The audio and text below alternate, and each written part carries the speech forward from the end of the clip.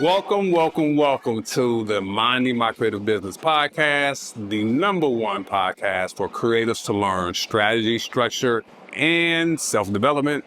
I'm your host, Ron, ironically Jr. And I am your host, Shy Speaks, and I am excited about today's episode because we have a mover, a shaker, a purpose. I mean, I always say the episodes are special, but this one is special because I'm telling you, if you are I want to impact people on a one-to-one level, a one-to-many, like a group level, like you want to hear from this particular guest. Without further ado, introduce and give some. Today we have with us Fana Samples. She is a mentor, a coach, an author, and a speaker. So welcome.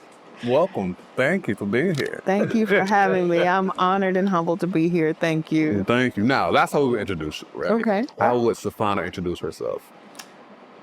That's a great question. No one has ever asked me that. I always introduce myself as a mother and a minister first, and then a coach and speaker to others. Yeah. Right. Yeah. Okay. Yeah, I love it. You see, this is going to be a classic experience. But stay tuned. Stay with us now because she's going to bless you. Yeah. Okay. The minister first. That leads me into, like, I just want to know, you with mother, minister, business owner, I mean, how do you have a lot of responsibility. How do you manage? She's in school too. You just shared with us she's in school. I am. So I'm a student too. Right. Student, like, how do you manage all those responsibilities? That's a great question. And I'm glad that you didn't ask me how I balance it all, because I don't believe that balance exists. I believe that there is a prioritization of values and what's present in the moment. So depending on the season, depending upon what's being asked of me in the season is how I prioritize. So currently, I'm no longer actively raising my son because he's a young adult. So I am prioritizing parenting differently than in the previous season. And now that I am also a student alongside being a business owner, I have to prioritize what is the most important thing. And that's not always easy. It's not always easy, but it's doable. Okay, so if you had to pick, this is a sub question. If you had to say, okay, on the level of prioritization right now, where does like speaking fall in? You know, because that means you have to actually prepare a talk if you don't already have a talk. Then you got to go somewhere, fly somewhere, take you away from your studies. Like, how is that? Like, you know, I'm just trying to say, where are the priorities right now if you had to put them in order? I'm glad you asked that, because I don't believe that when people invite you to speak that they consider those things. They just consider their event. And it just depends, again, on what it is that I'm managing and the importance level of what I'm managing. So for instance, my speaking book for this year is actually closed. I have one more event next week. I'll be flying out to Vegas for a conference. And I had to take into consideration that I'll be in the middle of midterms next week. Right. And so what that means is my time management and my ability to prioritize has to be top notch. And I have to engage forethought, because I have to be able to project, okay, if I know that midterms are the same week as this conference all the way on the West Coast, that means I have to get in prayer and study way ahead of time, trust and believe God, and do my due diligence as a minister to allow him to download what it is that he wants me to say into that environment and prepare myself to deliver that. I also have to be diligent as a student, and I have to make sure that I'm on top of my assignments, and the coursework is substantial. It really is. And then I have to make sure that I am prioritizing communication with my young adult in the event that there's something important coming up for him. So it's a mix and match of communication, prioritization, and implementation. It really is. And the most important thing of them all is forethought. Yeah. To be sitting here with us, you cannot be flying by the seat of your pants, because we go behind the brands of 6, 7, and 8-figure entrepreneurs, created entrepreneurs. You can't just get there you can't just throw a rock and hit that. You have to have some vision, as Ron would say, but forethought, some forethought about yourself. Absolutely. So we're sitting here so we talked about the speaking. Speaking is closed, ladies and gentlemen. You see, what's one aspect? Just for the year, just for teachers. Just for my 2025 books are open. You see what I'm saying? So you have to have your priority. And she's not here to even talk. She gonna talk to us about, okay, listen, that's just one aspect. So you got to organize. And then the other thing is coach, right? So that is, I would say that the coaching is the biz. That's my baby. That's the biz. That is the baby. Okay. Yes. So tell us about your coaching business. So my coaching business has a few different offers. There's my high ticket offer, which is one-on-one VIP coaching.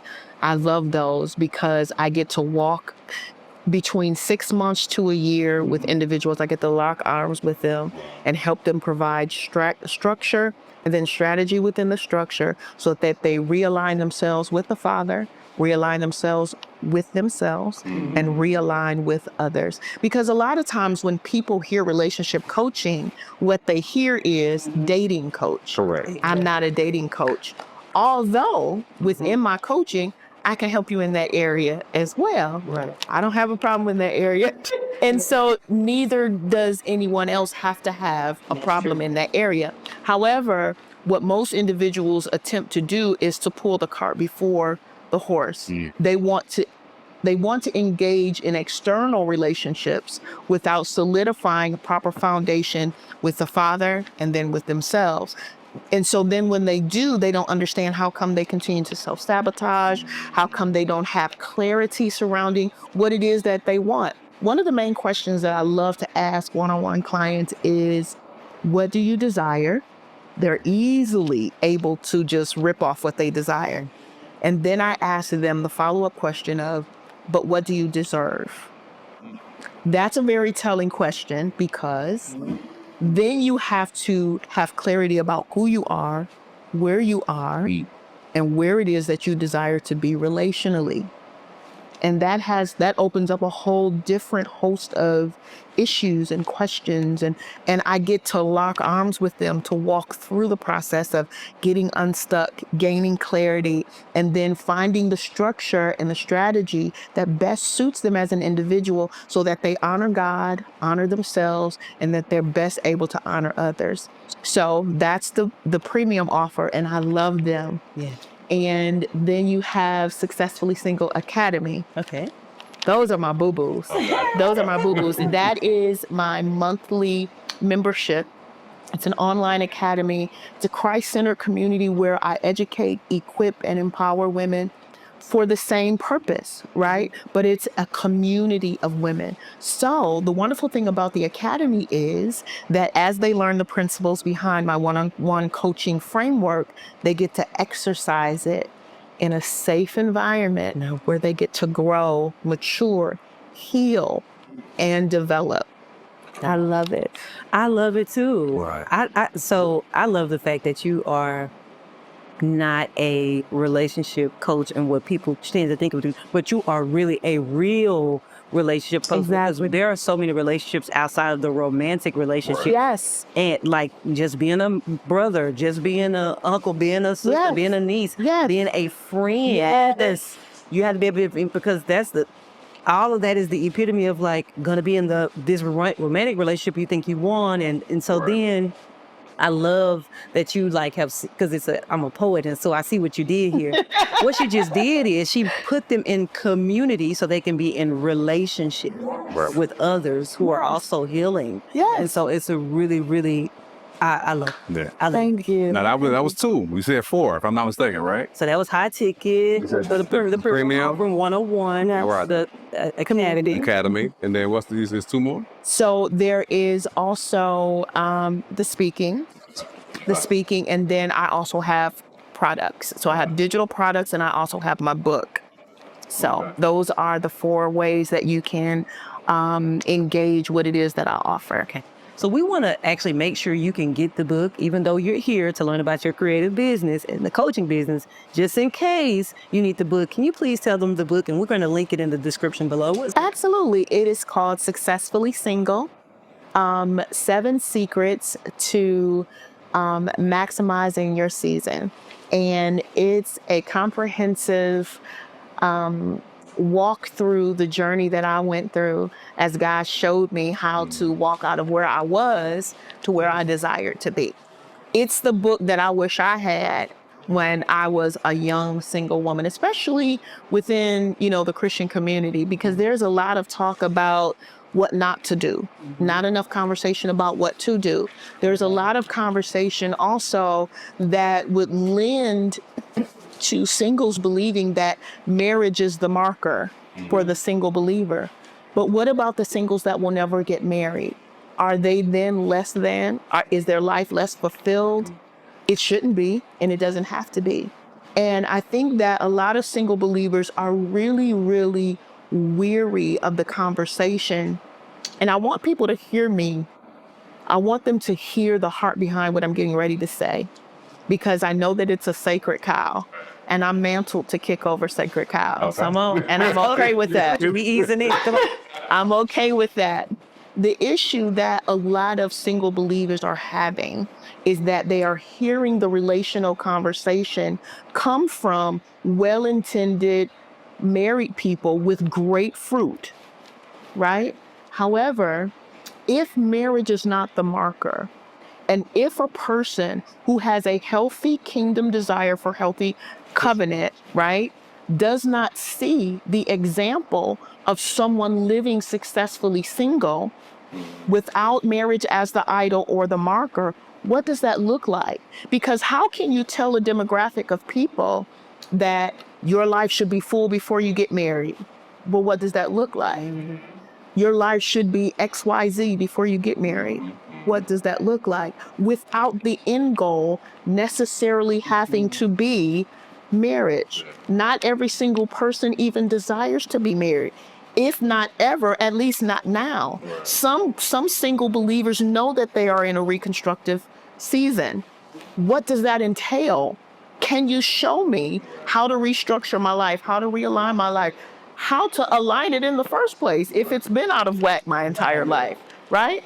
How do I navigate heartbreak healthfully without compromise, still honoring God, still being fruitful, healing with purpose and healing with integrity without it having to involve another person? What does that look like? Yeah. And thriving in Yeah. all the rest, the other relationships. Yes, because if you're a, and I'm just going to say it the way I feel it. If you're a trash friend, it is very likely you're going to be a trash companion. Right. You are. And yes, and so how do you even navigate how to properly assess and categorize your friendships? I teach that. Yeah. So I was just talking about, I'm going to leak the book. I just want y'all to understand that when we say creative entrepreneur, because we decided on one of our other podcasts, we had an author, and people don't think that, as an author, really a creative, right? And it's like, the answer is, yeah, right? Obviously, because you have to take the ideas that you have, the frameworks that you have, the experiences that you have, convey them, storytell. I mean, we don't have to tell why, but she is a creative entrepreneur in the sense of that being an author, but there's weight behind her being an author. So when we say, I'm going to put the link in the description, and we're talking about because I want to talk about the business of the book, but I wanted you to understand this. Everything is not just the business for the sake of business. You're going to be served well when I'm serving God. And I don't want y'all to miss this. Because I love it as I'm sitting here and just hearing you speak. You're very clear on what it is that you're doing. And not just what it is that you're doing, but you're very clear on who it is that you're serving. Yes. That audience, that niche is very clear in you, because you iterated it and reiterated it several times. Single Christians. Yes. single Christians, single Christians. So yeah, so I know you've taken some time. You've had some coaching yourself I have. in developing the clarity of vision that you have with the product and services that you have. Absolutely. Yeah. Absolutely. No, and it's clear the way that you are articulating. I'm like, okay, no, she got some polish over here. She got some polish. So And you know, the ironic thing is that largely came, I have had some coaching, but that has largely come through prayer and revelation. It really has. I don't want people to think that I just happen to know. And I think that is one of the myths that trip people up. They think that they're just supposed to know. You're not just supposed to know. That's another reason why we belong together doing life in community. You need what I have. I need what you have. Yeah. The clarity that you have is to serve those that you're called to. They need it. And they don't know that they need it because they are led to believe, whether it's by themselves, by the enemy, or by culture, that they're just supposed to inherently have what they need. right. Yeah. And so then that opens the door to condemnation and shame because I don't believe that I have it. I don't have the clarity that other people seem to have. Right? And so in comes a Ron that says, well, let me show you how you can gain it. In comes a coach that says, let me show you the strategy. This is the structure. This is the strategy. And I'll walk alongside of you until I know that you got it. Yeah. I love it. Okay, so you got a question? Because I got a question. I mean, I have one, but you're good. Like I said, I wanted to ask about the business of the book. So we know that there's weight behind the book. We're not just selling books to be selling books, but at the end of the day, you are an entrepreneur as well. So what do you have, like, book goals? Like you say, I have to sell I want to sell this many books this year.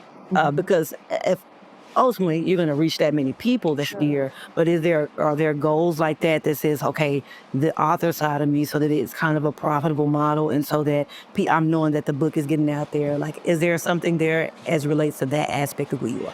There is now. There wasn't always. Initially, it was just the purpose behind producing and publishing the book because it was direction. It was an instruction. Yeah. Right. For me. Now there is. And that is something that I'm looking to take into 2025. I do have a grand desire for the book to go into churches, to be used as curriculum for singles ministry.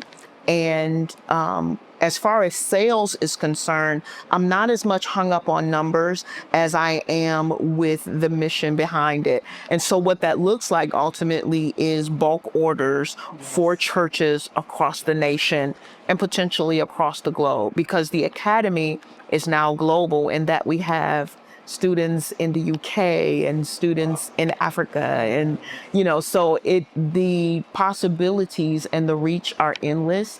I am just now developing a different desire surrounding the business aspect as it relates to book sales in particular. So you saying that, right? It seems like you are very mission and purpose driven. yes, Right, where it's like, okay, So- this is what I am called to do. Absolutely. This is my mission. And it just happens to, okay, well, I have to build a business around it to sustain it. Sure.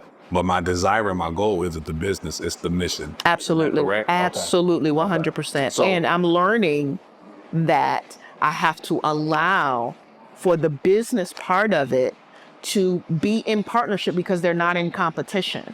They're in partnership. Yes. One impacts the other. Yes. One drives the other. And I am learning to embrace that part of the journey for myself Right. as a business owner. That's good. How did you learn that lesson? Like, yeah, where is that learning or that teaching coming from? So where you're like, oh, I get it. Well, as a byproduct of some former coaching, just kind of going back like, that's what okay, I get it now. Because there was an imbalance that I had initially, that it was all purpose. And I've never been the kind of person, because I've been an entrepreneur my entire adult life. So I've never been, money doesn't matter, because yes, it does. The Bible says money answers all things. And I have a mortgage, and I have a young adult who is in school. So there's that part. But I was more purpose and mission driven And that's okay. But It needs to be funded, and it has to be. as me and my best friend said, also as well, we, you got to use the improper English to drive that thing home. Right. Also as well, Right. it really helps to understand how they're interconnected. And initially, the thing was, I did not really see that as clearly as I do now. And so it causes me to expand as a person and as a business owner. And I'm open to it. I love it, actually, because I was never one to set those kinds of particular business goals. For me, it was, did it get to the right house? Did it get to the right heart? Did it make the impact? Also, as well, what's the new goal for sales that are going to help to generate certain activity and drive and push so that we can obtain that? So I'm learning that now. And also and I'm happy that we have you on, someone who is, I mean, a lot of people we've had on has been impact driven, but you are very purpose driven. And so if someone's watching, they're a creative entrepreneur, they're like, finally, somebody who gives me, I just want to get the impact. But when she says she sees it, what she sees is, I have a community that's global. How many people are in the community right now? Is it? I have to look at the metrics, but it's growing. Okay, so let's say there are 50 people in the community, or let's just say 100 for the sake of simple math. If there's 100 people in the community and I have a goal to get this book into the hands of more people by the bulk, and they study and simmer around it, somebody is going to go from the book into the community, and we're going to be able to impact them on a deeper level outside of the book, simply because we have this in place. And so now I'm thinking, how many more people can I reach? How many more people can I impact? Now, of course, there is an opportunity for them to partner in with the ministry and the Mermaid as well, right? And so they're paying for the academy, they're paying for the book, they're paying for these things, but they're reaping as well. But if you don't think about that, hey, how many I would like to reach 1,000 people with my book this year, right? If you don't think about that, then, because really, how many sales would you like to have? I want to have 1,000 sales. That feels icky to some people. Right. It does. But if I want my book in the hands of 1,000 people, and this is how much is the book? $19.99. This is a $20 book in the hands of 1,000 people. This now becomes $20,000. That's fine. But the mission is being done, but also the finances are coming in as well. Yeah, no. And even that, when you talk about, is it reaching the right people, right? Is it reaching the right homes? The answer is yes, because of the fact that once you understand that, okay, I have a marketing strategy, right? I've developed the strategy to get it into the right. So if I have the business strategy, the marketing strategy in place, it's going to get you right people. Exactly. Right. So I have to have these metrics and be intentional about them. And like you said, yes, from a business standpoint, you said it feels, and I see this a lot with Christian creators. Like, Christian creators, we don't, like, it's all about the mission. And don't get me wrong, I get it. Yeah. Because I've been there and done that. But once you understand that the mission can move without the sustainability, and it's coming from somewhere. And not only that, but what I'm growing to understand is that the marketplace is the mission field. It's the mission field. And you're right. So many of us don't understand. We have used a line of demarcation between the two because we're taught that ministry or mission is in the church or in the community. Right. So no, I am now understanding that, listen, if you hear what I'm saying and the message that is in my mouth resonates with you, you're the market. You're the market. Regardless to what you look like, regardless to where you are in life, regardless to what your station is, you're the mission. Yeah. And here's the other thing. If I reach 10,000, I just went up. I feel it. If I reach 10,000, I like your numbers. Yes, I like your numbers. If I reach 10,000 people with the book, so many of those people are going to wind up in the community because it's just set up that way. They're in there enjoying each other, building relationships. Yes. safely, Yes. healing, okay? Then they can go outside of their online and their virtual world to go and do it in person. And then so many of them are going to wind up saying, I need to go deeper with this and I want to have that premium coaching. And so now, because you had a pool of 10,000 people, even if only 1,000 of them say, I want the coaching now. You know what I mean? Like even if that's too big of a number because she big right now. Okay, but even if it's 200 of those people who say I want the premium coaching, then now I get to have that one-on-one impact with way more people than I would have had If I had. And so Yeah. let's talk about the coaching aspect and the kind of like the business of coaching. Before we talk about the finances, I want to ask.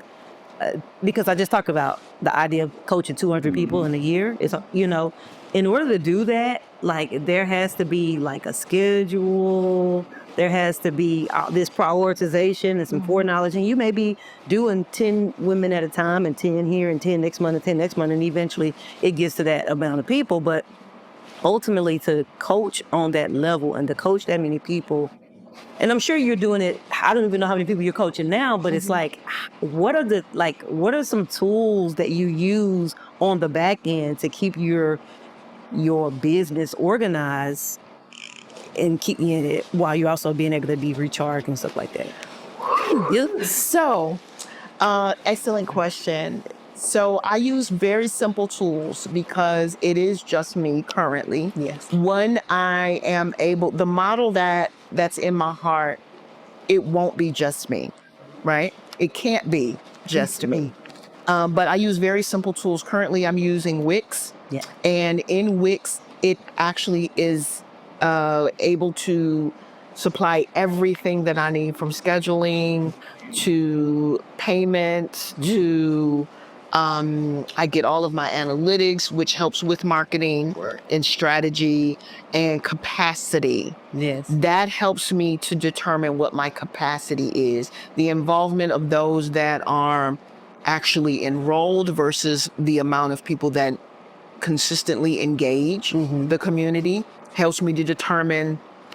For instance, we are working on a new offer where I'll be able to give a more intimate one-on-one experience with more of a mastermind cohort type of framework. And that won't be the premium offer, but it also won't be the community. It'll be a mid-level offer where I can bring components from both into this particular offer, and I'll be able to manage it, schedule it, receive payment, and monitor it with one tool. I also have an amazing VA. Come on. And I love her. Shout out to Lami, because if it were not for Lami, I don't know that I would be able to do this to the degree that I do. Yeah.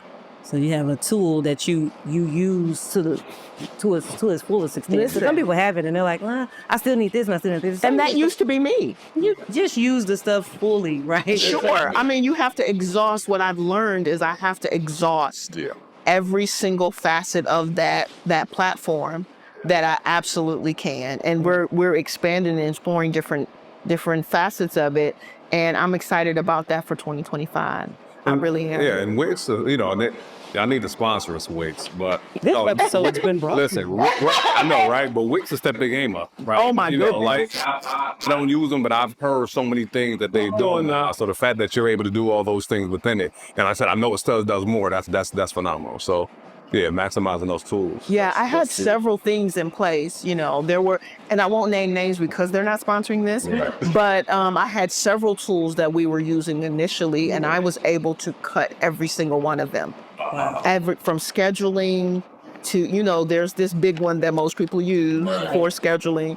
I was able to cut that instantly. Wow. And then even my CRM that I was using, I'm able to do it all in Wix, legitimately and well. My community is in Wix with its own feed and interactive chat, and so they have a certain level of access to me even as members of the community, and it's all housed in Wix. Boy. And I love that. I love that for me. That's dope. It's simple. It's very, very user friendly for those especially for entrepreneurs that are like myself, that are more mature, not as tech savvy as some of my younger counterparts. It's very, very user friendly. Nice. Very user friendly. You're not just an entrepreneur. You're a creative entrepreneur, which means that your world of business works differently, especially when it comes to funding. Okay, maybe you're bootstrapping, injecting your own money into your passion, or you're searching for investors who all too often overlook your unique vision. And yeah, you've heard a little bit about business credit, but you don't know exactly where to get started. Well, listen, we've got your back. We've partnered with Credit Savant to help creative entrepreneurs just like you get access to up to $150,000 in business credit.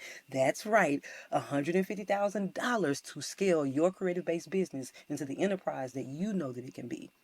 And trust me, they're not just going to throw information at you and send you on your way. They're going to walk hand in hand with you to help you get funded.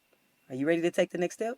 Well, head over to creditsavant.io. That's creditsavant.io. And tell them MMCB sent you. I love what you said about using the tool. Sounds like the calendar is very important.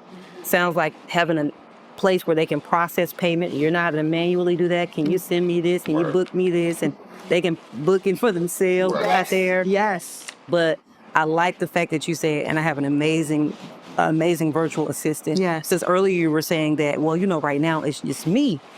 And what people may think is that you're running the entire company. You're saying is me primarily doing the premium level coaching. Right. I'm doing the coaching. But at some point, most solopreneurs, and I'm very big on this, you have to, even if it's just getting a virtual assistant part-time. Yes. It can't be just you if you want to hit this 6 and 7 and 8 figure marks that you're hoping to do so that you can sustain your living off of your creative ideas and your passion and all your businesses. You're probably going to have to get you at least a virtual assistant. So shout out to you for mentioning that. And this is something that it didn't just pop my head because this is how I think.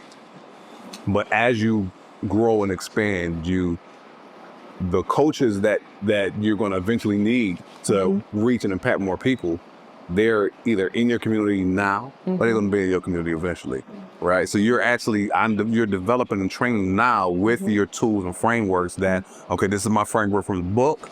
Then we take them from the book and get them in the community, and then from the community to the one-on-one. But I can guarantee you those coaches that's going to come on and say, okay, we are part of Fana Samples, team. They in your community. They're going to come from that community. And I'm going to tell you how I know you're right, because I've begun to use that language with them. Every time that we meet, I've begun to use that language with them. Some of you in here are my leaders, and I address them as such. You're a leader, and this is why. So let's work through that so that I can help you to understand why it is you're experiencing what you're experiencing and what's supposed to be produced out of that. I didn't have that. Right? And so as they recognize that, as they become more self-aware and then they're equipped, they're then going to be empowered to do exactly what you said. But that, honestly, what that is discipleship. That's what that is discipleship with a marketplace mantle on it, right? But it's at the core of it, it's discipleship. And I believe that when we understand that and we're submitted to what that looks like, as an individual, that's what discipleship looks like for me in the marketplace. Discipleship in ministry looks a little different. Even though I'm dealing with the same demographic, the operational process looks a little different than it does in my marketplace ministry. So if we look at what we're doing, especially those of us that are missional, if we think about what we're doing through that lens, I think that it will hold us more accountable. It'll help us to be more integral and more impactful when we're engaging with those that we're called to serve. Yeah, because ultimately you're going to be able to be more impactful. Absolutely. Because, first of all, they're coming in, they're healed. They're starting to develop a passion to help others. Yeah. And they're like, I need to do, matter of fact, I'm going to do it right here in this ministry where I already am. And so we're coaching maybe those premium clients, maybe getting direct access to you because they think that you're the one who embodies this. You're that image of what you're talking about. They'll have other people who are the embodiment of that, and they can talk to them maybe twice before they talk to you, right? So that's cutting down on the amount of times that you're having to talk to them specifically, but they're still getting that same quality experience. Yeah. So for those of you who are like, okay, I'm coaching, I'm listening to this, I'm trying to hear the business side of it as well, there is a $20 book that we're going to sell 10,000 copies of. Okay. There is a $35 a month for the community. Yeah. The academy, I'm sorry, it's a community. It's a subscription, $35 a month. $35 a month. It's a little over, I guess it's like around about $400 for the year, if you think about it. And so then you have those who want to say, I need the premium coaching, a little bit more hands-on, 6 months intensive. And that is, what is the cost of currently, at the time of recording this, what is the cost of that? $6K. $6K. Okay, and at the current capacity, because you haven't yet duplicated yourself in the sense of creating those other coaches yet, which we are created to be duplicated. Yeah. Which is what I heard that. I was like, oh, we created to be duplicated. Yes, we are. So right now, what's the capacity that you could say amount of people you can coach in the program? One-on-one? If you will feel it. Yeah. 10. 10. Okay, 10.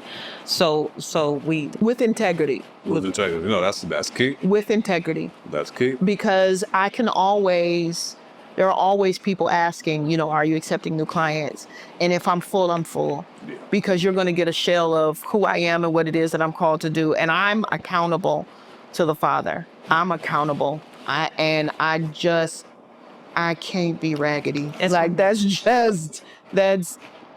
that's a non-negotiable for me. exactly. So. Until we have those other coaches that can maybe take in one or two of those other calls or something like that. Right now, with Integrity 10, but even with Integrity 10 run, I do the math now. So if you do 10 by 6K,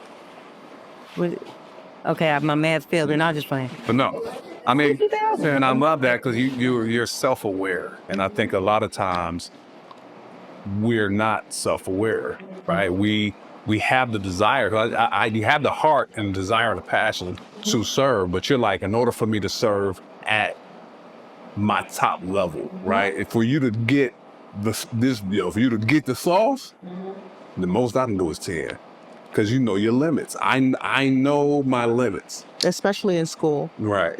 Especially in school. Yeah. Because I have to be able to comprehend and, answer what it is that's being asked of me as a student. So, because if I'm not a raggedy coach, I'm not going to be a raggedy therapist. Right. Or if you took a speaking engagement, then you be raggedy speaking. You see, we don't want to, as spread of entrepreneurs, we don't want to be raggedy. We can't be raggedy. Can be right. And I also think that that's important too, because we say it's strategy, it's structure, but it's also self-development. And I hope that as we're talking about this, there's something developing in the self that's listening to this that says, I'm gonna have a capacity. I don't care if I do custom gowns and I do embroidery. My max is my max. Yeah. Because I'm not, and so yes, that means I'm only gonna make this amount of money. Yes, that's the amount of money you're gonna make From that product. And that product, right? From that product. That's the amount of money that I'll make with one-on-one premium coaching. That does not even encompass the community. That doesn't encompass book sales. That doesn't encompass speaking. Right. and that doesn't encompass digital product sales. Digital can be those as well. So you don't want to be greedy to the point where you can't properly do fulfillment. Right. Yeah. Right. Because and that's what I'm about to say, to protecting your brand, right? We hear that you got to protect your brand. I heard you say it's like, I don't want to show up janky because of the mission, but even that from a business standpoint is protecting the brand. Yeah. If you show up janky, then that's going to be somebody computer like, I was in a program, but I didn't. Man, it was there, and then that can be a ripple effect. Opposed to, no, I was in a program, it was phenomenal, it transformed my life. You need to. So now, you know what I'm saying? It's a different conversation. And so far, that is the feedback. And so far, that's the review. Oh my gosh. When I started with Fana, and here's the other thing that I don't often talk about is that I have a lot of recurring clients in my premium program. I have one young lady in particularly, she's been with me close to 5 years. So she said, I need to stay. Yeah, You're my coach. I have another young lady, she just returned from Paris. Same thing. She was like, check us out. Listen, so when it's due, yeah. just redo that puppy. Like this is not a conversation. Another one of my premium clients, she just got home from the Dominican Republic. Another one of my clients, she's a high level influencer. She just got back from New York Fashion Week. Yeah. And I never disclose who my premiums are unless they do, right? Because I keep them safe in that way. It's very intimate work. But that's another reason why I don't have a lot of spaces open when the next cohort is designed to open, because these babies won't let me go. And I'm okay with it because we're working through very critical, pivotal places in their life and in their journey. And it matters to me how we walk that out. Right. Man, I have a question for you. And if you don't have an answer, it's okay. But Okay. for someone who is a coach and they are coaching in the transformative space, and they're thinking about, how can I set pricing? How do I quantify? Because I said, well, what is the premium offer? He said $6K. And so, how do you quantify that? And I say that because oftentimes, if I'm helping somebody make money, then I feel like, well, okay, I've helped them make $10,000, so I'm gonna ask them to pay me $2,000 because I know that they're gonna make that, and so I'm getting about 20%. There's some kind of like calculation to it, right?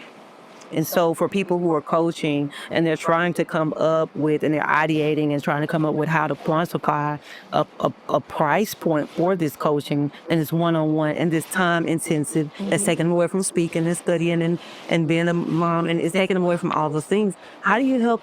Do you have a thought on how to price or come up with a price or quantify a high ticket price? Well, I can only speak to what I did, which was I got a coach to help me work through that, because it wasn't just my coaching certification that I had to consider. I had to consider that I have been effectively helping women to transform their lives over a span of 30 years, which begun behind the salon chair, right? Because women tell their stylists everything. True. Right? So I've been working with women in the marketplace relationally and helping them to transform their lives for 30 years. Wow. So that's 30 years of experience on top of certification as a coach, on top of a ministry mantle that goes into that, which we don't charge for ministry, but there is experience and wisdom and strategy that is attached to that, coupled with what you said, the value of the time that not only you get to spend as a partaker of that, but here's the kicker: the time that I save you from going through the things that I've already walked through, that you won't have to as a result of the partnership.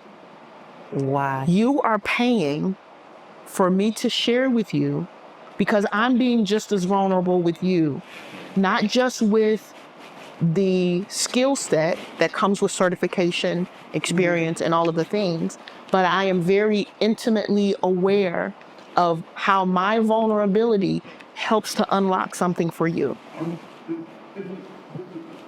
So you tell me how much that's worth to you. So that goes into the process as well. And the truth of the matter is, for a lot of my one-on-ones, because we walk so intimately, that's another reason why they are not so quick to be like, I'm done. Right. Because it's not about being cured or now, you know what I mean? It's, I can see a clear demarcation from the time that I partnered with my coach, Fana, to where I am now as a woman. Right. The fruit of that is immeasurable. And I love the fact that you said coach when I partner with my coach. Like, you're just my coach. You know, we see that oftentimes with athletes. They don't just well, I'm already cold now. I can, I don't need the coach. I'm pretty sure Serena still had a coach. Sure. All the way, all the way, all the way. She didn't say, well, I'm already winning champions. I don't have a coach anymore. That doesn't make sense. No. So in reality, it's a coach. So it's a difference. And so I hope that helped somebody there, like who is trying to put together the pieces of what they're resurrecting as a coaching business as well. So these different facets, right? We have the 4 different facets with the premium, the group, the book, and the speaking.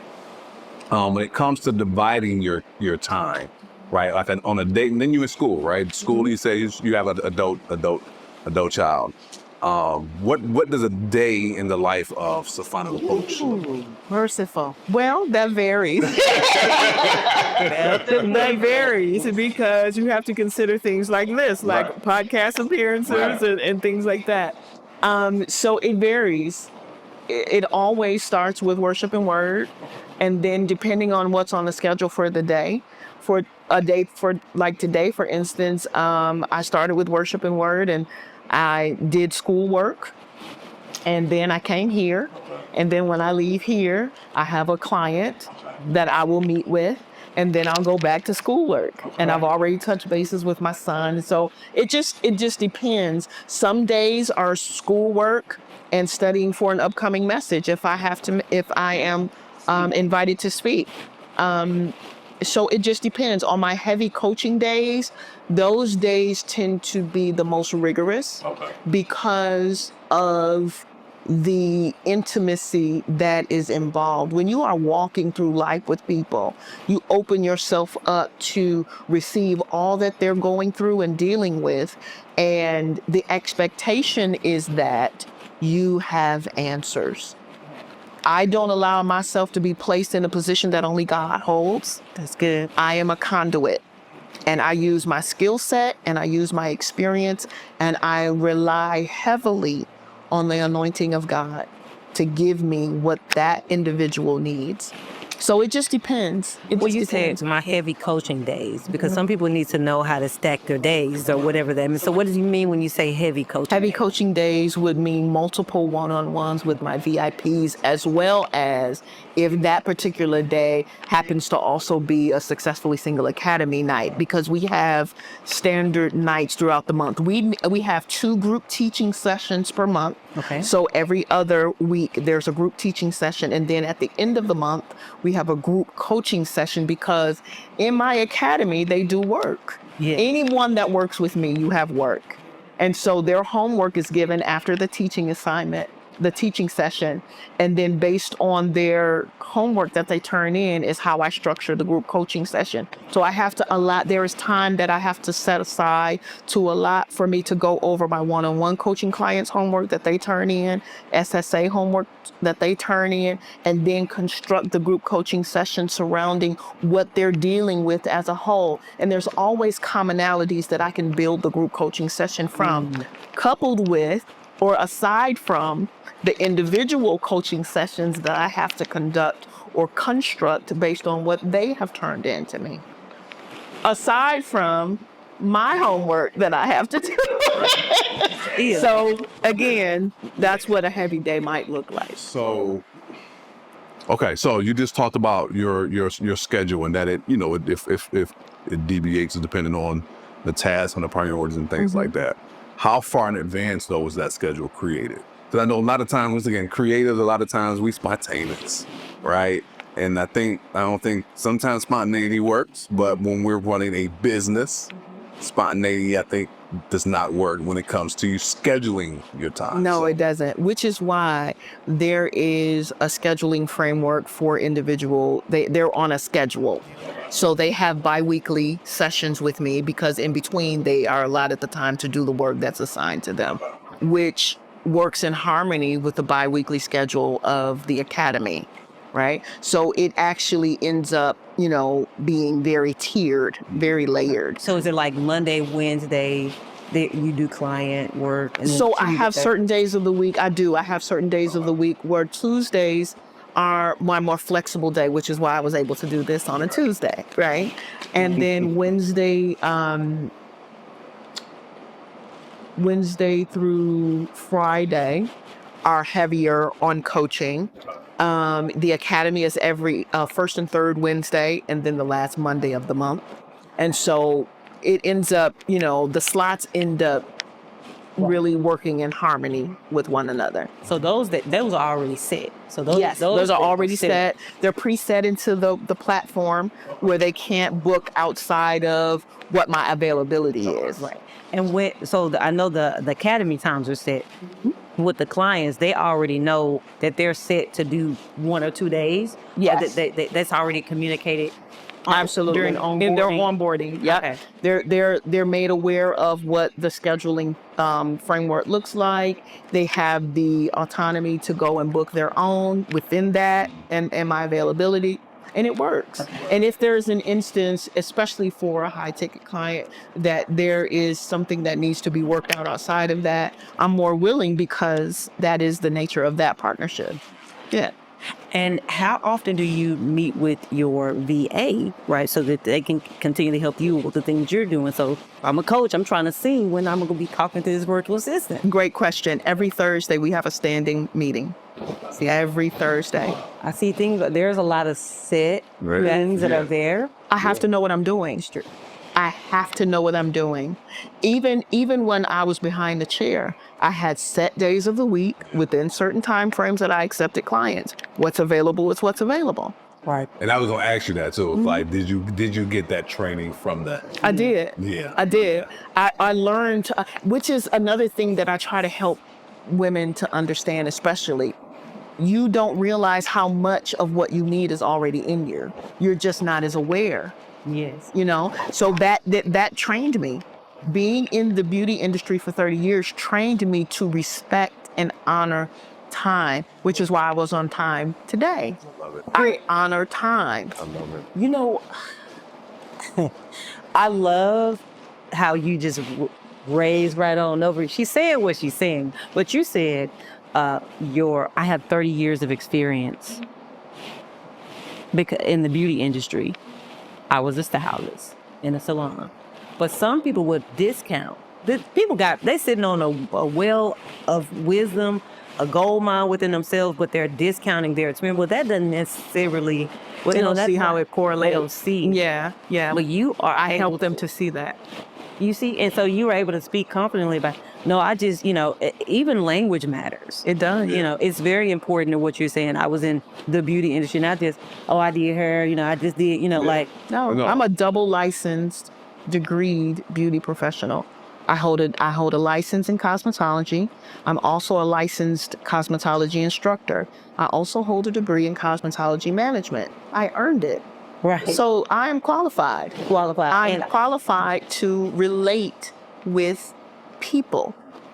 And I realized after a while what I was doing. People weren't coming to just get their hair done. No. They were unpacking and they were getting advice. And I realized what I was doing, that I was flowing both ways. I was doing this creative skill, but I was flowing the ministry and all that faith-based and all that work that I do was flowing out as well. Let me tell you something. Let me tell you why you're on it.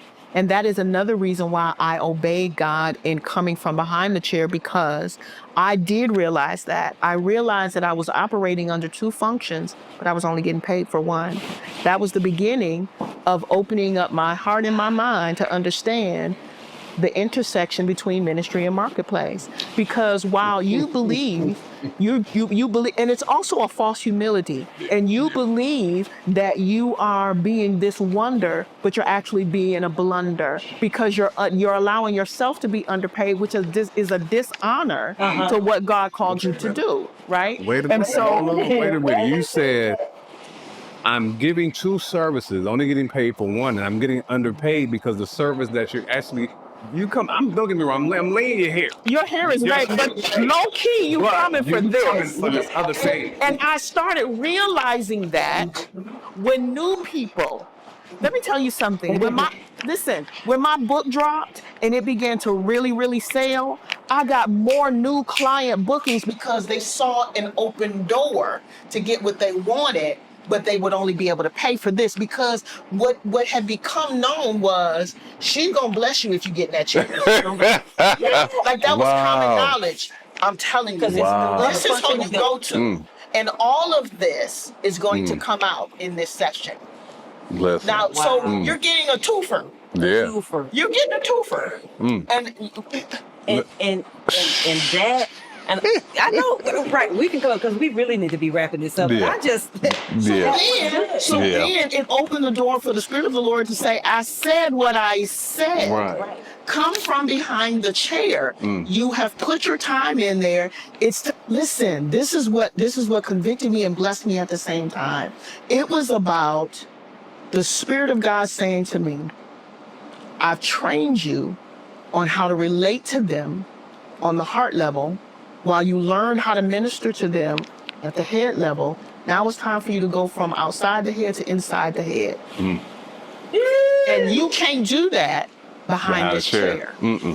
Wow. So you're going to continue to allow yourself to be underpaid and overworked. Right. Not only that, but my wrist began to give out.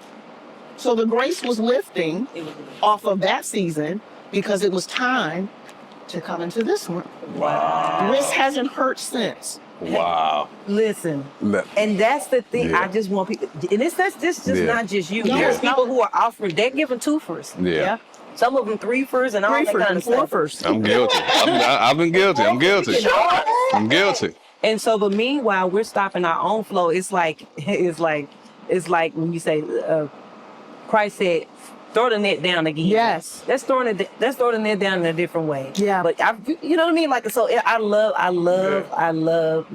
what you're saying, because I really hope that one of the creative entrepreneurs who are listening, 2 of them, 3 of them, 5 of y'all, 10 of y'all who are listening, who say, I'm in this particular space, and you can begin to get the language of how to share.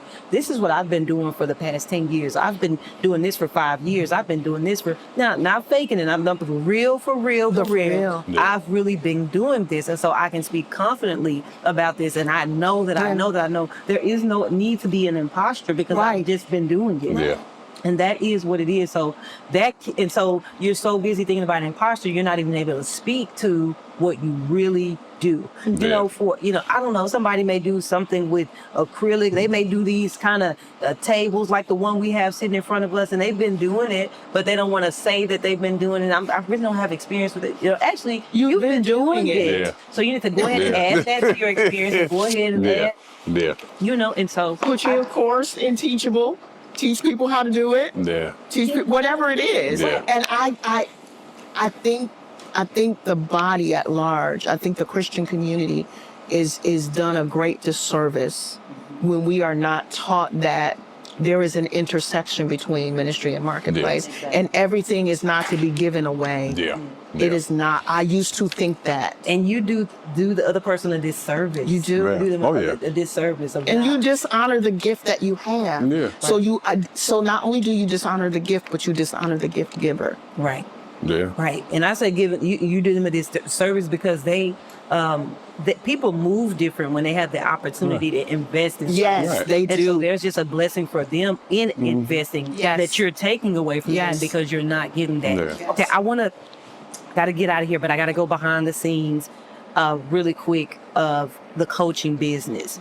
Now, somebody is wondering, okay, I know I have my schedule down, I got my pricing down, but if I hire this assistant, okay, they're not actually helping coach. Like, what are some of the things that I can give them to do so that I can free up my time? You know, what am I offering them? Will you meet with your VA on Thursdays? In a successful coaching business, what are some things that a VA can be doing, and that the creative entrepreneur can move from a solopreneur to the street?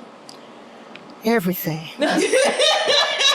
Everything. Right. Everything from onboarding clients to offboarding to helping manage the community to managing email marketing to helping me with marketing and rolling out content projection to creating my slides to helping me to she actually helps to helps me when I'm walking through. Now, she doesn't create concepts and all of that, but she helps me to flush things out from an administrative standpoint. Okay, so what that's looking like is we're going to need an email campaign for that, no less than X amount of emails. So let's start working on the copy for that, right? So, and then we're getting to the point where, because I typically write all of my own copy. And and that's only because I'm very specific and intentional about saying what he wants me to say. And I'm not a generic person. Because I'm not ruled by algorithms and all that kind of stuff. My business is run through obedience. And so I'm teaching her my mindset and my framework behind copy, and she's becoming more adept at helping me, so I can like give her some bones. Yes, and then you can. Or vice versa. I will ask her. We use AI sometimes. I'll give her a couple of prompts, provide me with some bones, and then I can, you know, things like that. So scheduling, onboarding, offboarding, helping to manage the community, email marketing. She even handles my personal speaking engagements, travel arrangements, invoicing, and all of the things. Things that help to free me up to assess homework, give homework, pray, because prayer is a great part of the foundation of what I do. I'm praying with and for my individual VIP clients. I'm praying over and with and interceding for SSA. And I'm also walking alongside of my young adult son. So her presence helps to free me up for more income producing activities. She helps me to generate more income. If her efficiency, you know, isn't helping to generate more income, I don't have a need. So, you know, even people that we look, you know, following up with my warm list, you know, people that have had discovery calls but didn't necessarily close on VIP coaching. There is a different generation of, you know, email campaigns that we generate for them. That's, you know, and then so she's separating between current client emails, SSA emails, ministry emails, hot list emails, you know what I mean? You know, then the general overall email list, right? And if you were doing all those things, there's no way you would have to close your calendar a little bit. I would do premium clients and 4 SSA, and because it would not flush out schedule wise. And so what I'm thankful for is that she gets it. And she's been working with me less than a year. She's been working with me less than a year. Last question, 'cause I know you got to get out of here. Did she come pre-downloaded with all this skill set and know-how, or was there some training and some SOPs that you had? Like, how was she able? Because that's a lot. You just ran down a lot. So how did she get up to speed to do that? So both. She came very highly recommended with another service provider that I worked with. And I have had to bring her up to my speed. Right. And so there are some SOPs and things that we're creating as we go, even though that there were some, you know, already in place. So both, a little bit of both. Before I say thank you for being here, because I'm going to thank you. Before I say thank you for being here, I want you to, this just came to me. I want you to speak to the person who's a creative entrepreneur. Maybe they may even be probably a single entrepreneur. How can they be a successfully single creative entrepreneur? Like, if you had an opportunity to say something to a creative who's watching, what would I say?